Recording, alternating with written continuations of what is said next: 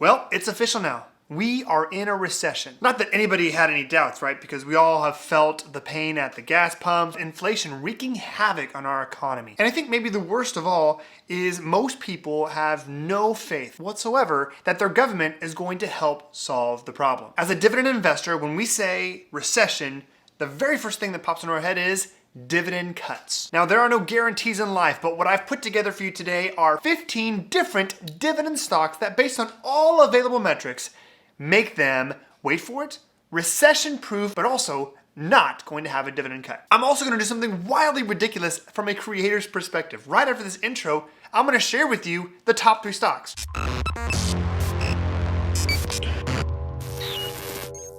Also, make sure to stick around to the end of the video because today in this video is the very first segment of the Average Joe Investor live Q&A based on your questions that you've asked in a private voicemail to me. All right, guys, we're not wasting any time. We're diving right into the top 3 stocks. I'm just going to give them to you right now because we've already talked about them in the past. So it would be ridiculous of me and a waste of your time to talk about them in extended detail. So here are those 3 stocks. All right, here we go. Top 3 stocks here.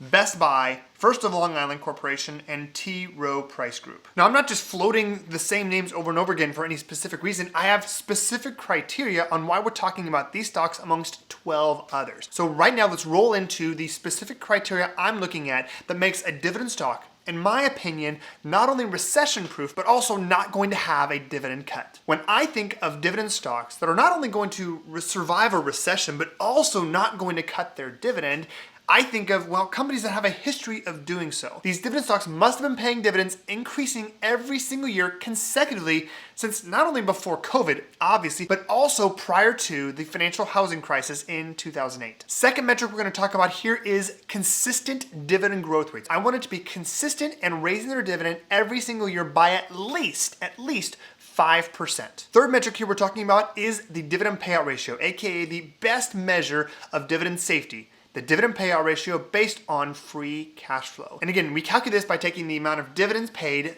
annually divided by the amount of free cash flow, aka the money available left over after they've reinvested back into the business for all required investments and paid all their expenses. We need this ratio to be less than 60%. Furthermore, I want to make sure that their free cash flow per share is consistent and has not been negative at all over the past 3 to 4 years. All right, we're going to start from the bottom up here with respect to the dividend yield. All right, number 12 on the list here is Lockheed Martin Corporation, ticker symbol LMT. Lockheed Martin's in the industrial sector of the economy, specifically aerospace and defense. I don't know, I just personally think that Lockheed Martin is a really cool company. Look at these kind of fighter jets here. I mean, I can't just help but be excited about owning a dividend stock like this. They have a number of different business segments, including aeronautics, airplanes, missiles and fire control, rotary and mission systems, and space. Lockheed Martin has been raising their dividend every year for 20 consecutive years. Their price per share is $398.54.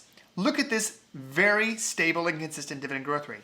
8%, 8.7, 9.3, and 11.9 over the 1, 3, 5, and 10 years. Their current dividend yield, 2.81%, which when you compare it against their 5-year average dividend yield is only 2.59%, so it's currently, from that perspective, on a 7.8% discount. And their dividend payout ratio based on free cash flow, 53.38%. Here's why I like Lockheed Martin. It's a unique business segment, right? Aerospace and defense, they work very closely with the United States government, and even when we have recessions, guess who doesn't stop spending money?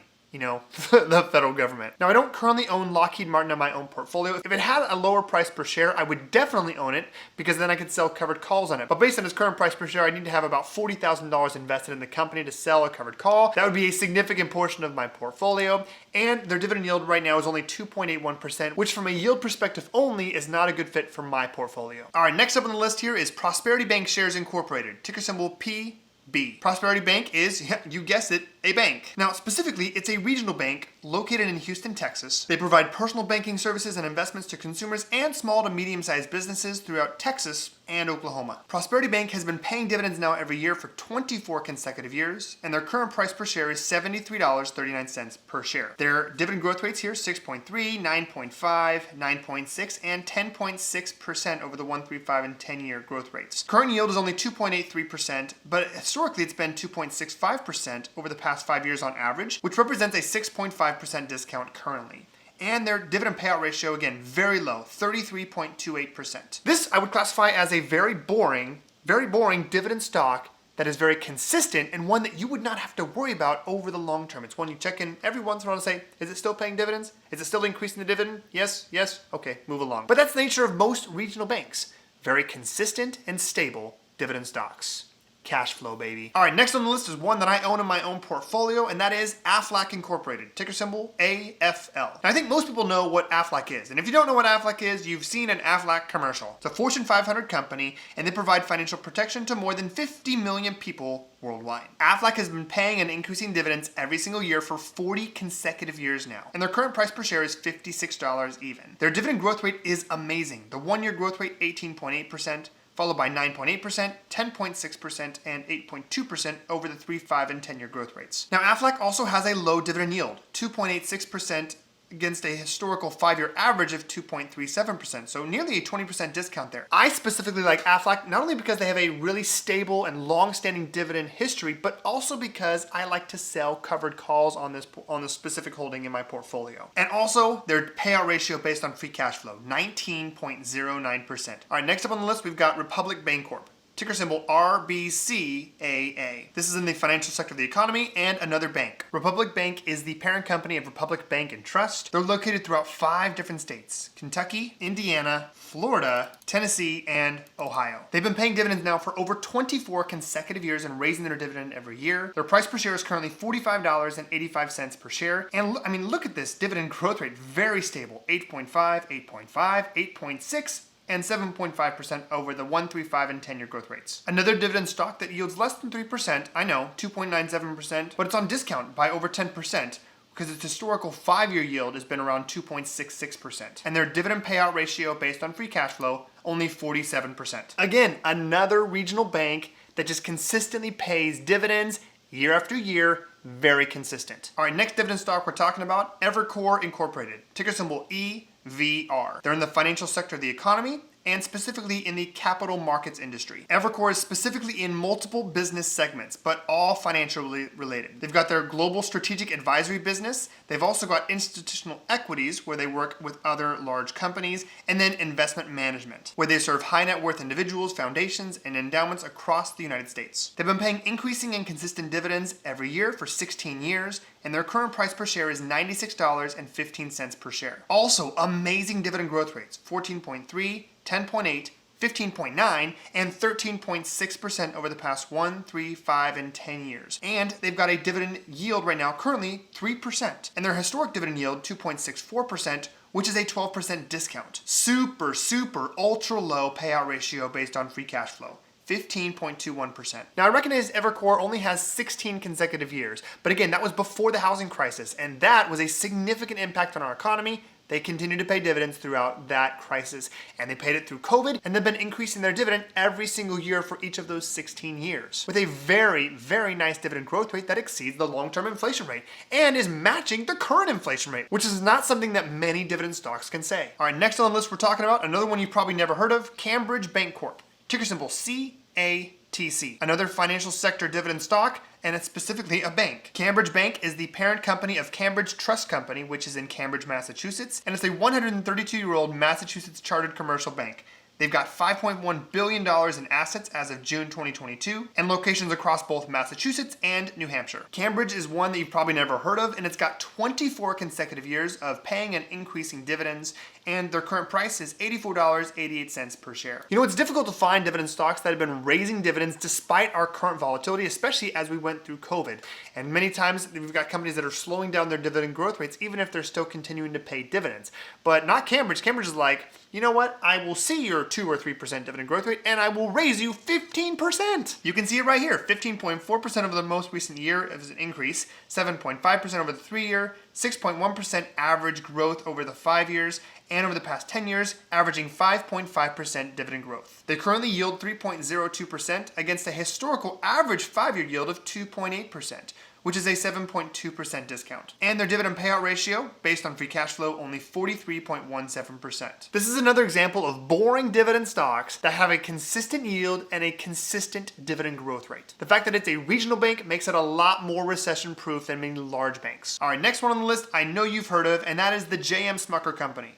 ticker symbol SJM. They're in the consumer staples sector of the economy and specifically the food products industry. Now, I know you've heard of SMUCKER, but you've probably also heard of all of their brands, including SMUCKERS, right? Jif for peanut butter, Meow Mix, Folgers Coffee, Dunkin'. This is exactly the type of company that despite a recession, people will still continue to buy their products because people, wait for it, they still go to the grocery store even when you're during a recession. People are gonna buy less Teslas, probably. People are gonna stop buying high-end expensive jewelry and clothing, but they're still gonna buy food because they gotta eat. They've been paying and raising dividends now every single year for 25 consecutive years and currently priced at $129.43 per share. Very stable and consistent dividend growth rates, 8.1, 5.1, 5.8, and 7.5% over the past 1, 3, 5, and 10 years. They currently yield 3.06% against a historical average yield of 2.84%, which is again is a 7.2% discount.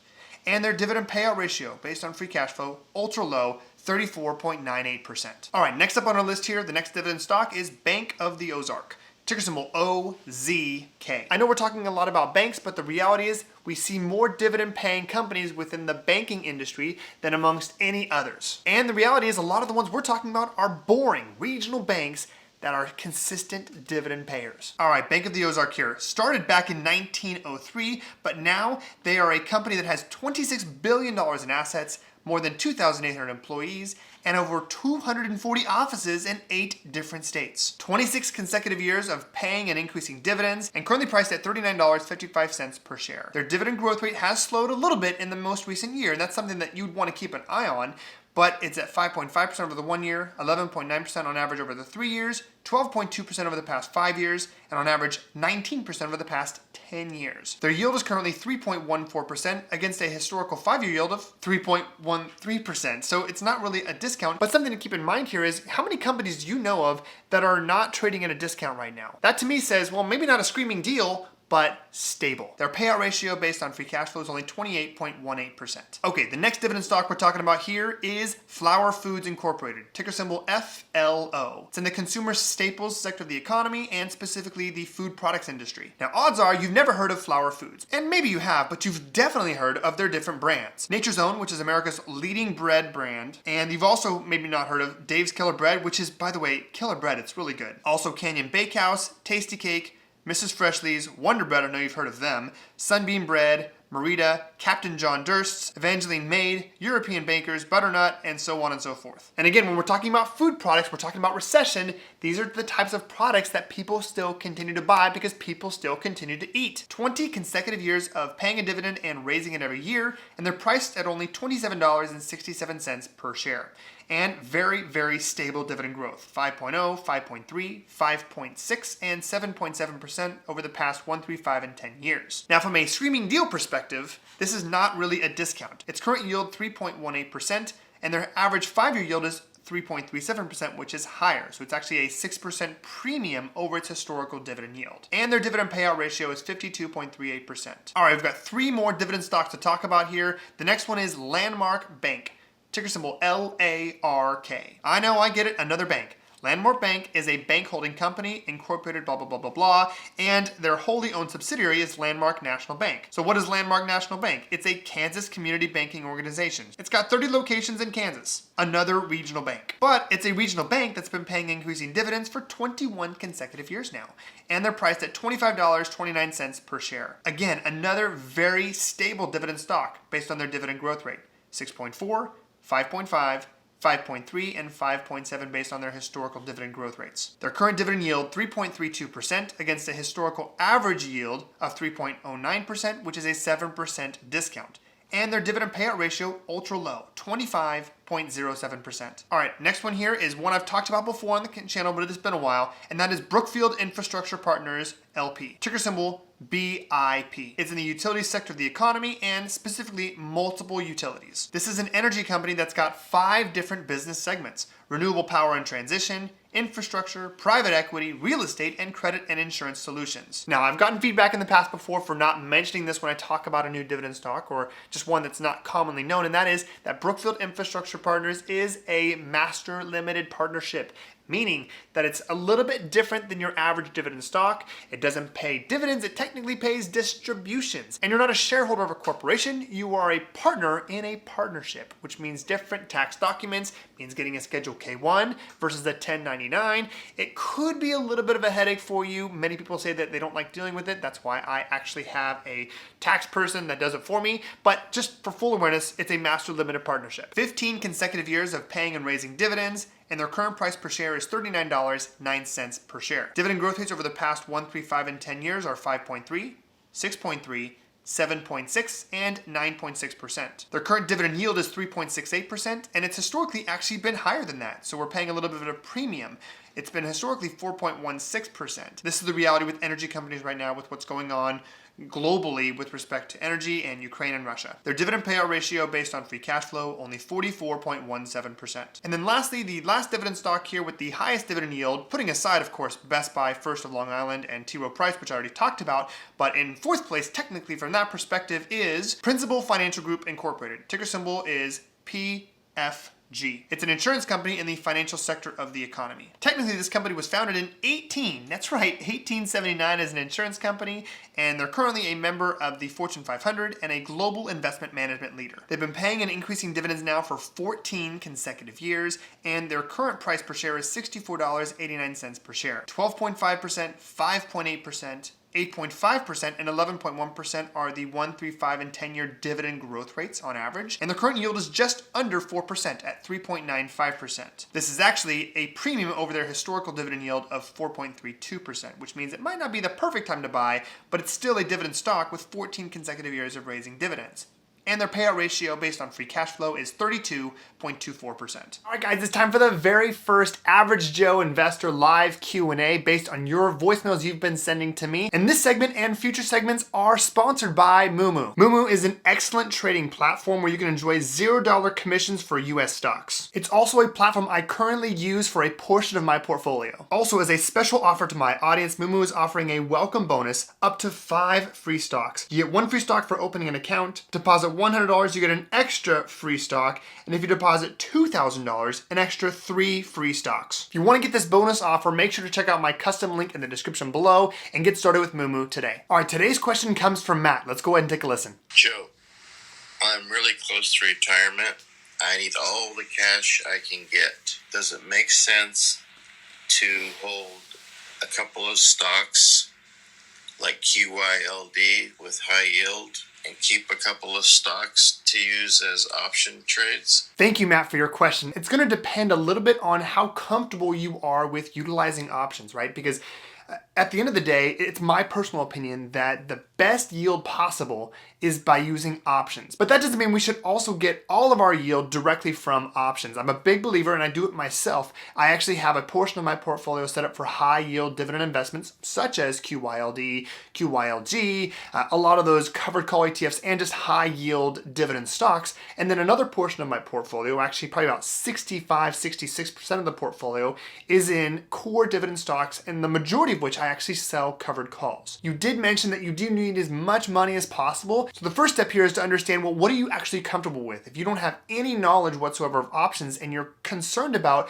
being able to do that and understand it and just having to watch those, then maybe you don't do it at all, or maybe just take a portion of the portfolio, maybe a little bit smaller than I would use, and use that for covered calls. For me personally, I like to use options. I understand them, and I like the amount of yield that I can get from them compared to other types of dividend stocks and even not covered call ETFs. So my personal opinion would be that if you feel comfortable utilizing covered calls and selling call options and put options to get into new positions, then that's a great option for you. I appreciate the question, Matt, and I look forward to more of your questions. I've got like 5 or 6 already in the backlog here, so we're gonna be hearing about those over the next coming weeks. Make sure to check out the link down in the description below for SpeakPipe if you want to leave me a specific voicemail and have your question and my answer featured on the video. There you have it, guys. 16 different dividend stocks here. So if you're thinking about companies that you're trying to add to your portfolio, looking for recession-proof or very likely to be insulated from economic impacts of a recession, look no further than these 16 dividend stocks here. Some of them you can definitely sell covered calls on,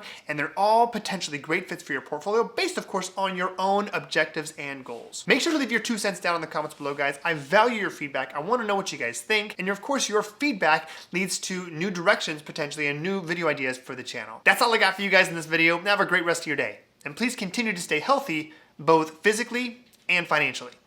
Have a good one.